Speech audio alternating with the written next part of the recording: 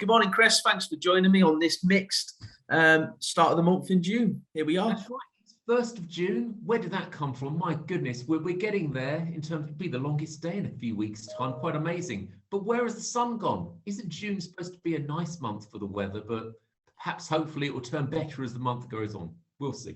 We can only hope. Yeah. Let's recap on markets then of May.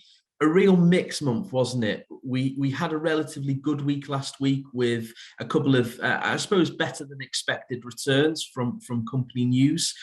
But overall, very mixed month. What was your take on May?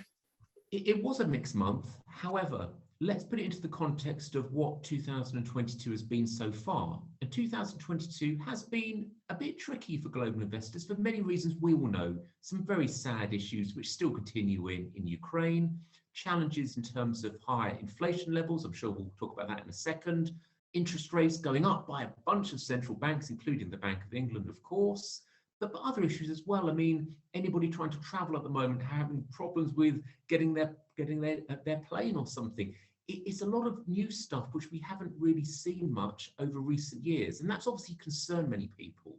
But May was not a particularly bad month from an investor's perspective. It was okay. As you say, there were some mixed returns, but at least it's making a bit of a comeback, a little bit of stabilization versus some of the uncertainty of 2 or 3 months ago. And as I always say, unfortunately, you've got to be comfortable with investments. You can't always panic too much about it.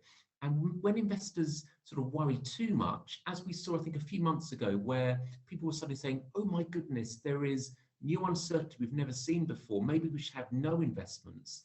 That's as risky as anything else. So I always say to people, please don't worry. And as you can see through the performance in May, and hopefully I would suggest as the rest of the year progresses, there are still opportunities out there. The world is still rolling.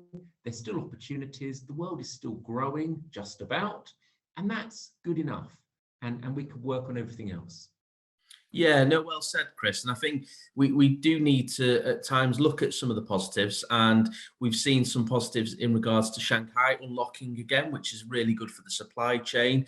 We've seen unemployment being lower than ever, really. And, the number of vacancies outpacing the number of those unemployed. So that's always a good sign, isn't it, for the economy?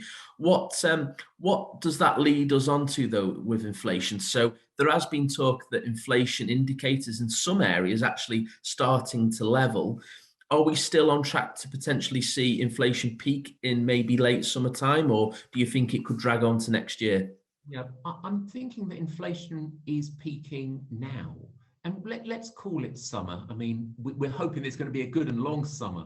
At some point during the summer, I think inflation will peak. However, we need to learn two things, really. One is that why will inflation slow down? It will slow down for two reasons. One is that the economy starts getting a bit tougher. People all know that they shouldn't be spending a lot of money on a lot of different things. And that will obviously always impact inflation. So if you stop going out for a meal or spending on an expensive car or something, etc., it will always have an impact and reduce inflation. So I think we'll see a little bit of that, but we'll also have the reality of some of the comparisons will become a bit easier. And we must not ever forget that inflation started going up actually about a year ago. It's just that we didn't notice it initially. Not even the Bank of England noticed it. They didn't raise interest rates, you may recall, until December last year. They should have probably done it a little bit earlier. We were talking about it back then, but they didn't, let alone the other big central banks around the world. But they're all seeing what they need to do now. And that, unfortunately, is higher interest rates. That will continue, I would expect, for this rest of this year. And that will also mean that inflation pressure will actually start to slow down a little bit.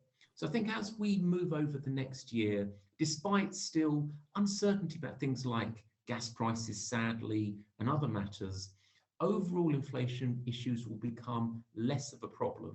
But frankly, that may lead to some other issues, which is also we need to see a continuation of growth, a continuation of jobs, a continuation of general progress. And that's something not just for central banks to worry about, but also companies and governments too.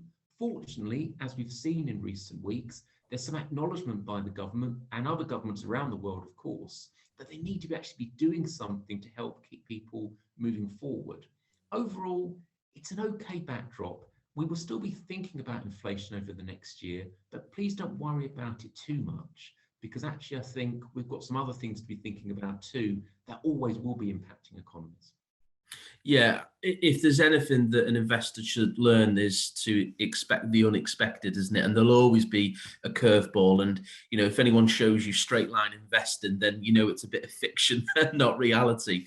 One thing I wanted to ask you, Chris, which is something that my clients have been talking to me about quite a lot recently, which is property prices. And we've seen, particularly over the last 5 years-ish, property prices have continued to go up year on year. I know before we were talking about nationwide, sort of highlighting that property prices gone up 11%. So my gut reaction is higher interest rates, higher mortgage costs will potentially help curb and put a negative on property prices. What's your take? Would you agree with that sort of logic?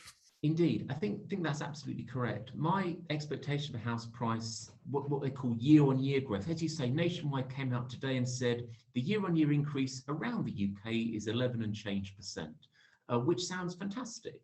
But the comparisons are going to get a lot harder as this year progresses. By the end of the year, I'd be surprised if we see anything more than 2 or 3% year-on-year.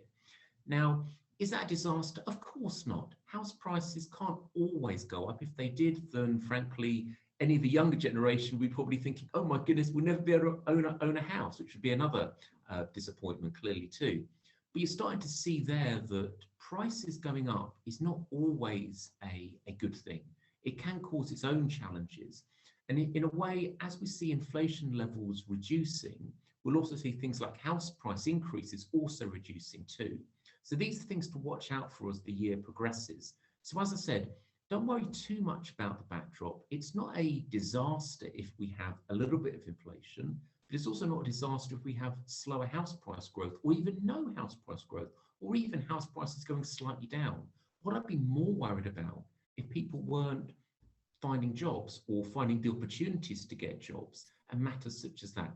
That's ultimately what matters a lot more for economic growth and progress and our day-to-day general lives. So jobs is the real key to focus on. If there are still job opportunities out there for people, maybe not, I agree, maybe not in the jobs that they may ideally want to do, or maybe not even at the level of wages they would like, but at least an opportunity out there. Everything else can improve from that. It's when you get a recession and no jobs and stuff like that, things that we've seen at various points over the last 30 or 40 years, that I'd start to worry. We're not there yet though. So don't panic, stay a little bit optimistic and enjoy the extra holiday in early June. Brilliant. Great advice, Chris. Don't panic. And always seek good advice, I suppose, isn't it? So thank you very much. I'm sure, again, it will be just a blink of an eye before we're sat here talking about the markets in June. So thanks for the update, Chris, and enjoy the Jubilee weekend. Same to you, Rob. Thanks so much. Cheers.